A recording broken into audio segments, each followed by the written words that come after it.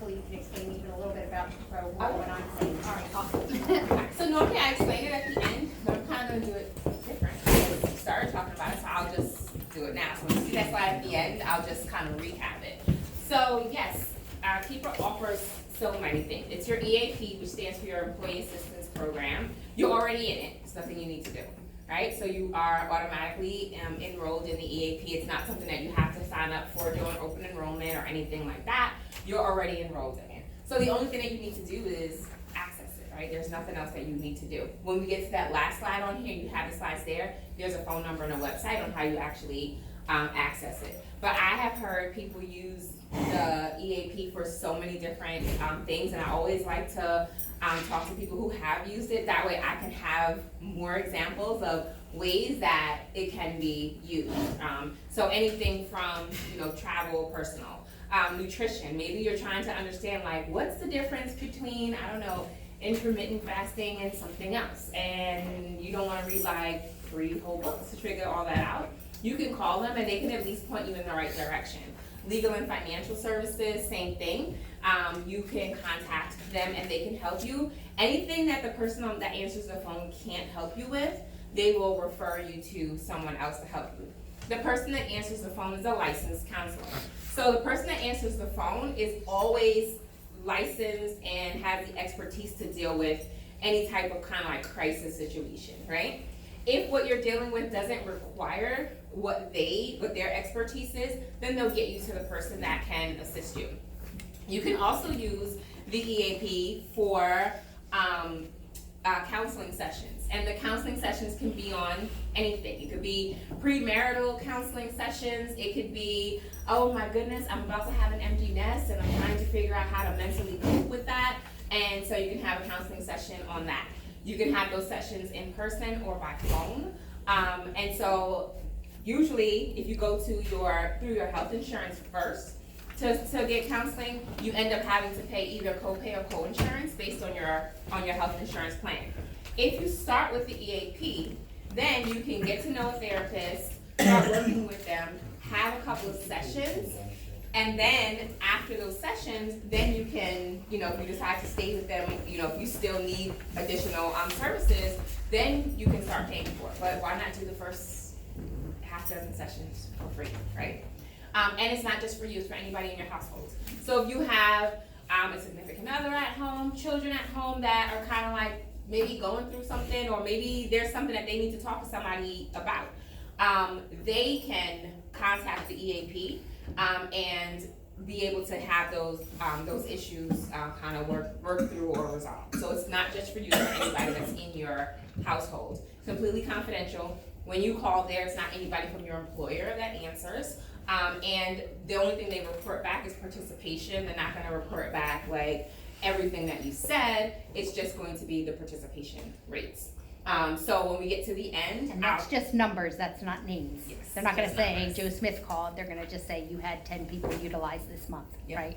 They're not and gonna, it might, sometimes people can call, like some companies get more in depth. They just want to know, like, are people using the website? And really what the companies tend to do with that information is decide if they need to do a little bit more awareness around the EAP. Yes. Is there, you said there's a limit Usually it's 6 per issue. do you know? per issue? Per issue. Per individual? I think it's Per 2 individual, per for issue. us. Okay, I think. hold on. We'll have to Hold look that on. up just to be No, I sure. can tell. It's Oh, you got it? 6. Is it? Oh, it is Okay. 6 for them, for Gray, okay. Yes, it's different. Each one is different, but it's usually 6. And like I mentioned, just for anybody in your household, if you're a manager, there's a whole separate team that's called the management consultation team. So let's say there's somebody that you have to give a performance evaluation to, and you're not quite sure how to deliver the information that you have to deliver. You can call them and they can help you through that. Maybe there's a huge change that's happening, and sometimes with change, it's change management, right? There's a whole industry around change management. So maybe that's not something that you are super familiar with. You've never maybe had to undergo a huge maybe restructure or change. But if that were to happen and you're trying to figure out how do I kind of help the people around me, you can call your EAP and they can help you through that, right? So again, anything that you can think of, you can use your EAP for. What I typically recommend that people do, especially if you've never ever used it before, start with the website. So like today, maybe you don't need anything or you don't know if you need anything. Just go to the website, spend like 5-10 minutes just looking at the topics. You don't have to click through anything, just look at the topics. Because what that will do is it will kind of give you an idea of what's there. So then maybe in the future, if you need something, then you'll remember like, wait a minute, I think I might have seen something like that in my EAP. Before I go out and spend some money on this, let me go to my EAP and see if I can start there, because I already have access to it. And then I found out, which I didn't even know, that you can get a will done for under $30 with the EAP. Okay. Depending on, like, some companies it's 15, some it's 25, but it's under 30 no matter what, with the EAP. So that's pretty awesome, as well. All right. So when we get to the end, I will there'll be a slide up there where you can see that information. If you have other questions, you can let me know. So again, my name is Tiffany Lyman, and I am going to be talking to you today about beating the blues. So did you guys plan this on purpose today? Like for We do. World? No, not actually, no, it's just Okay. in the fall. Yes, I was wondering that. I was like, oh, maybe they planned it that way. So today is actually World Mental Health Awareness Day. So this is the perfect topic to be discussing today. So that's what we're gonna talk about beating the blues. Anytime I do a presentation, I always say, if you have any questions as I'm going through this, let me know. I'm not gonna just like read off the slides to you and just be like, okay, we're done. I really wanna be able to help you in any way possible.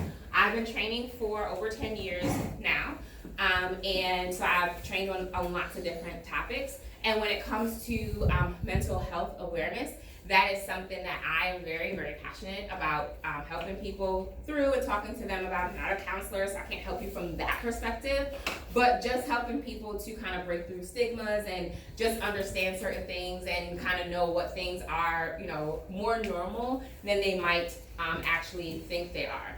And I can, provide you with some information of things that I've seen other people do, things that I have experienced as well. So we can make it as relevant as you want it to be. You can definitely ask questions. All right, so what we're going to talk about is how common depression is. So first we can talk about what is depression, what is the difference between sadness and depression, and what are some things that may cause it, what are some things that may trigger it, and what are some things or some techniques that you can employ to beat the blues. So before I go any further, when you hear words like depression, mental health awareness, what are maybe some ideas or thoughts or words that come to mind for you? Extended period of sadness. Extended period of sadness. That was awesome. Did you read ahead? Yes, extended period of sadness. Anything else? Okay, so extended period of sadness is definitely going to play into to depression. So before we get into talking about the sadness and depression thing, the first thing is if you feel like maybe you already know, maybe you have a diagnosis of some type of depression, and there are different types. Some people have clinical depression, some people have major depressive disorder. There are lots of different things that people may have a diagnosis for, or maybe it's something that you've been thinking, okay, is this sadness, is this depression? But I just want you to first of all know that you're not alone. So depression is a common medical condition, and 1 in 10 Americans suffer from depression at some point in their life. So for some people it could be something that is chronic or something that's long-term, and for some people it could be something that's acute, something that they deal with, but it's not something that maybe follows them throughout their lifetime, all right? And 121 million people worldwide currently struggle with some form of depression, and that's why I wanted to make sure that I mentioned that there are different types of depression, and we're going to talk about what causes it, and that's how you can get a little bit more insight into what the different types are. So what depression is not is it is not sadness. So may someone feel the emotion of sadness as a result or a symptom of depression? Yes, right? But if someone feels sad, is that automatically depression? And the answer to that is no, okay? So let's say something happens that is very disappointing to you, or something happens that's maybe in your life that is tragic. Are you going to have some emotions as a result of that? Yes, right? So the fact that you have emotions as a result of that and maybe spend a couple of days, crying, feeling sad, not necessarily wanting to, talk to people or hang out with your friends or whatever you typically do, that doesn't necessarily mean that now I have a diagnosis of depression. It could mean that there was a life event that happened, and as a result of that, I have emotions that may be similar to what somebody with depression may experience, but it's not long lasting, as you mentioned. So we just don't want to make sure we confuse the two. So with depression is something that would cause an interference in someone's ability to function on a daily basis, okay? So maybe again, when that tragic thing happens, it might be a struggle for you to come to work for a couple of days, or maybe you have to call out for a couple of days, right? But as time goes on, you may find it that you're able to get back to some semblance of normalcy, right? With depression, the difference is that this could happen for long extended periods of time, and it may or may not be triggered by something that happens externally, okay? So for some people, the addition of sadness as a result of an event that happens externally does add to it, or it's a trigger that kind of makes their symptoms worse or more aggravated.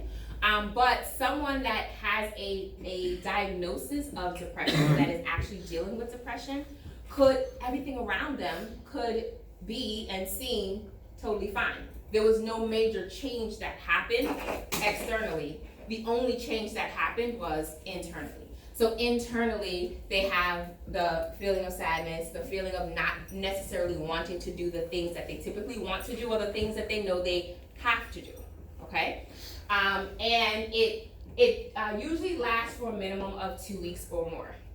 Now, does it have to be a thing that, okay, so 3 weeks go by and I don't feel anything at all? Okay, great, it went away. Oh, then 6 months later it comes back. So it doesn't mean that it's something that has to be there every single day, but it's something that when it does come, what they call that is episodic. It's an episode, and it can last for 2 weeks or more, okay? Any questions there when we're talking about the kind of the difference between, or the comparison between sadness and depression? Questions here? We're good? Okay. So there's not one specific thing that can cause it. So it's a lot of things that can go into it. So it could be biological. So there could be something that's happening in neurotransmitters. So, the wiring of the way that your brain works. If some of those neurotransmitters aren't quite firing the way that they are designed to, that can lead to depression. And a lot of times that is considered to be clinical depression. There can be hormonal changes that can affect your body in a way that either leads to or creates a episode of depression. So that's things that are biological. There are also things that are psychological that can work with it. So even things like anxiety. So anxiety is something that you might have that kind of, those thoughts that are constantly running, maybe saying oh, you're not good enough, or oh, if this is gonna happen, constantly that worry, and it's constant, right? So something like that happens, what tends to happen is it wears people down, and when they're worn down, if they already are prone to depression, then it can aggravate that. So with biological, I mentioned hormones already, brain chemicals, so I talked to you about the neurotransmitters, and also hormones, so like your dopamine, adrenaline, serotonin, all of those things are hormones that are supposed to exist in your body in certain amounts, and throughout the day, they are supposed to ebb and flow in certain ways. If they don't do what they're supposed to do at the right times of day, then it can create issues, and those issues can lead to clinical depression. Same thing with hormones, and it could also be genes. So it could be genetic. So I actually have a diagnosis of major depression disorder, and mine is biological, and not all of those. It's genetic, it's hormonal, and brain chemicals. Okay, so I got just the whole full cocktail all together. Then psychological things. So negative thinking patterns. So do we all sometimes maybe have negative thoughts or worry about something, right? Again, a couple of thoughts here and there, not something that we're necessarily gonna say like, hey, there might be something totally wrong. But if those negative thinking patterns are things that you find yourself constantly trying to, push away, or that they stop you from doing your regular work, or when you think about where those patterns came from, you kind of don't know. Like maybe you always get great performance reviews, you're doing amazing at your job, you're constantly learning, you're constantly growing, but you're still telling yourself, I'm not good enough. And so you're running this cycle that really isn't true when you look at, like when you even write, if you were to write down, like, okay, let me write down all of the things that reject that thought and all of the things that confirm it. You can write down tons of things that reject the thought. It doesn't matter. You know those things, but you still find yourself victim to those thoughts, right? So that is something that can make somebody over time just feel like, well, why do I even bother coming to work or doing a great job? Because your brain is telling you these things. Your mind is telling you these things. Feelings of loss. Sometimes those feelings of loss can come from the fact that there was an actual loss, right? So many times the reason why it's recommended that people go to grief counseling after they experience a loss is so that they can process through that loss in a way where they're not necessarily suppressing it, and then it can kind of come back later, right? So sometimes a loss that happened either recently or a while ago that you didn't deal with can come back and can start to create depression episodes. Unrealistic expectations, feelings of failure. So that kind of goes along with the negative thinking patterns one, but with that one is sort of like, maybe you expected that, okay, by the time I got to this age or stage of life, I should have been here, right? Based on whatever you created. So your reality versus your expectations, there's a gap there.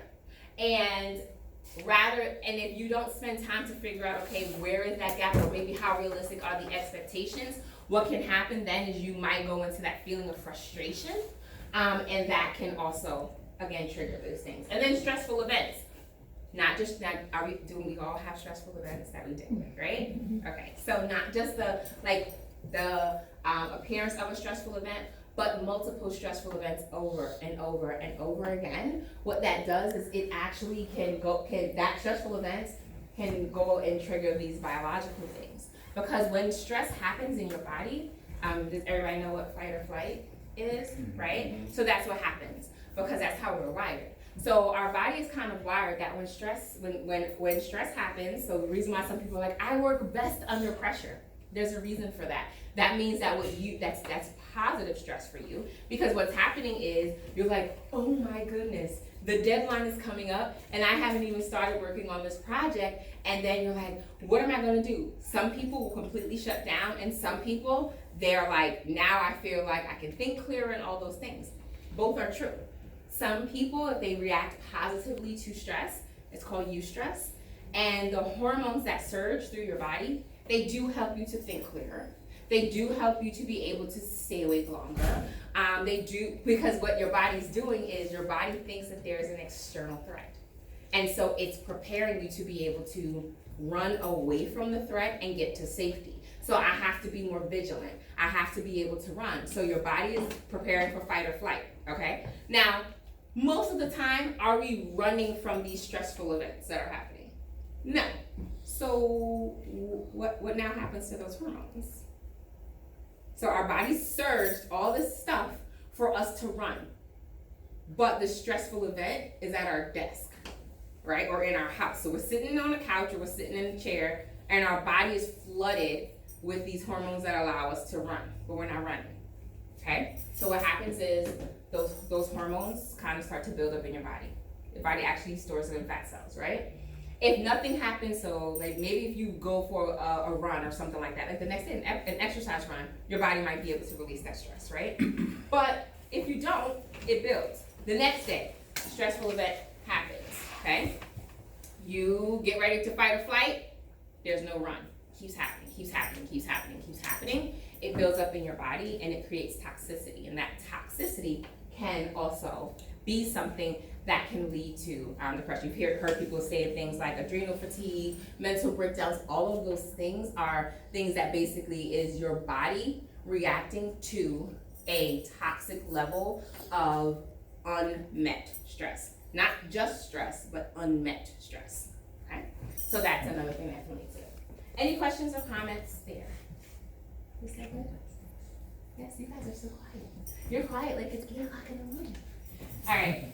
So, questions that are asked. So if you've ever watched any of those, like a commercial that is for a medication that is to deal with or help you manage depression, these are words or phrases that you probably hear in those commercials, because these are the things that are typical symptoms and signs of depression. Some people may experience all of them, or some of them. One alone, again, is not enough to say that there is a diagnosis, because each of these can be a symptom of a lot of things. So one is a lack of interest or enjoyment in activities that you're typically interested in. So if you sort of never like to, go to happy hour or go to karaoke and you still don't want to, that's fine, because you were never interested in that. But if there are things that normally after a stressful day or a stressful week, there are certain things that I do that help me out and I can enjoy those things, and now you don't, that could be a sign or symptom. A large increase or decrease in body weight.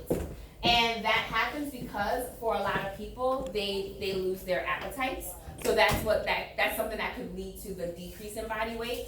What could lead to the increase in body weight in typical areas as well, mostly belly fat, is those hormones that I told you about that surge, that if they don't get used, they build up.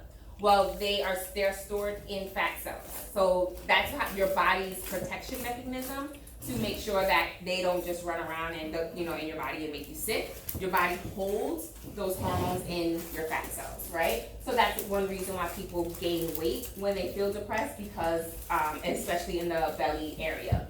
In addition, there are some people who stress eat. So when they feel stressed, there might be certain foods that are comfort foods. So anybody here have those things that are like your comfort foods, right? So what are some comfort foods that y'all have? Chocolate. What else? Pasta. You said pasta? Okay, what else? Some people ice cream. Ice cream.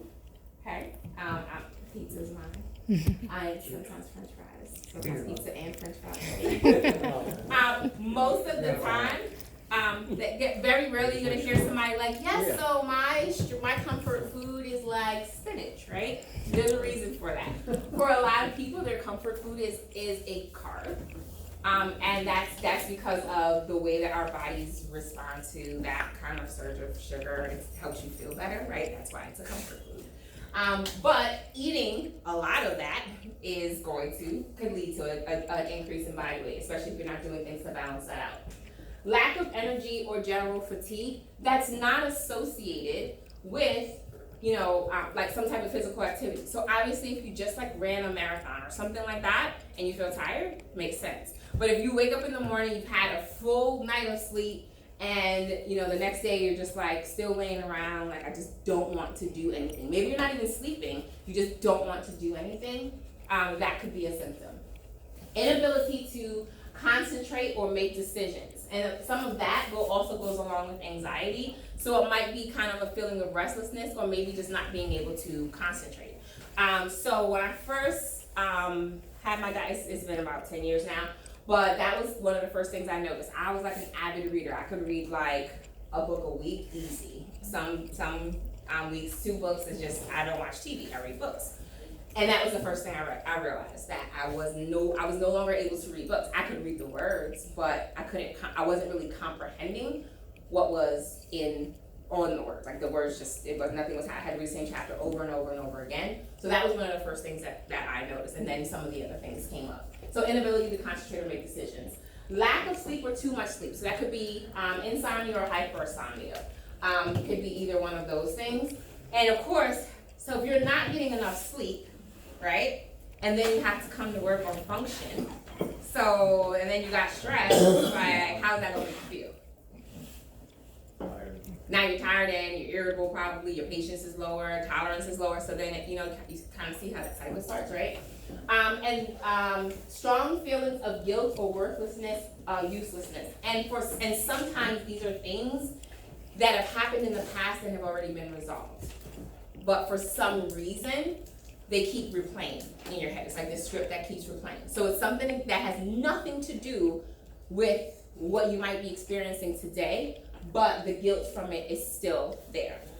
And then at an extreme end, it could also lead to thoughts of suicide or attempting suicide because of a feeling of hopelessness. Okay? Any questions or concerns here?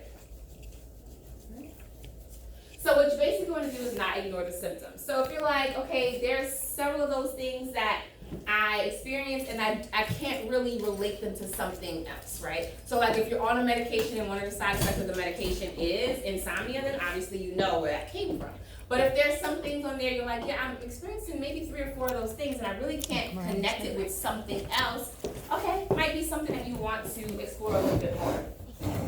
If it's left untreated, people affected by symptoms of depression can experience a suicide rate as high as 20%. But why, so what are some things that you can think of why somebody would leave it untreated? Any thoughts of why you leave it untreated?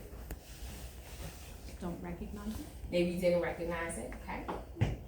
They're embarrassed. Could be, maybe you feel embarrassed, okay? Anything else? Maybe you don't know where to go, right? Maybe you're kind of like, okay, talk to my primary care physician, like who do I even talk to? Or maybe there are some things like some stigmas or some stereotypes or things that you've heard, could be growing up or things like that, and there are things that kind of make you reject associating yourself with depression or any other type of mental illness because of experiences that you have had or experiences that you have observed. So any of those things could be reasons why people ignore the symptoms, okay? And also because a lot of people are really good with the poker face, right? And so they're like, well, if I'm still able to work and laugh and whatever, then I'm okay. I can deal with it, right? But of course, people can deal with it until they can't deal with it. And so you want to make sure that you catch it at a good point.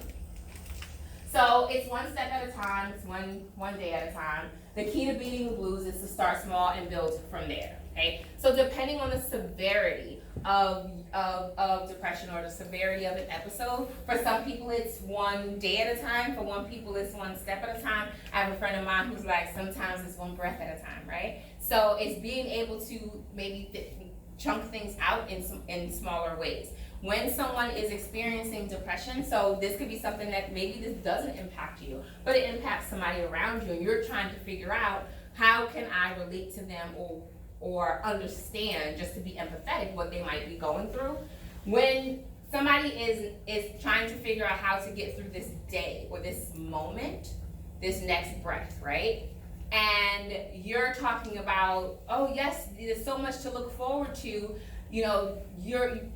you're going on a vacation in 6 months, or like something you're talking about that's like so far, that's not necessarily helpful for where that person is right there, right? So when people are experiencing these feelings of depression, you gotta deal with just what is right here and right now. It may be hard for somebody to plan out things, not in a way where they feel like, well, the plans are never gonna happen, just because it could feel overwhelming to try to plan something out because they're trying to deal with right now, right? So being patient with that, whether it's yourself or someone else, would be helpful. So remembering this piece that you want to start small and build from there. It's one step at a time, day at a time, until you or someone else gets a handle on it. The road to recovery, or the road to being able to manage it, right? Because depending on where it stems from,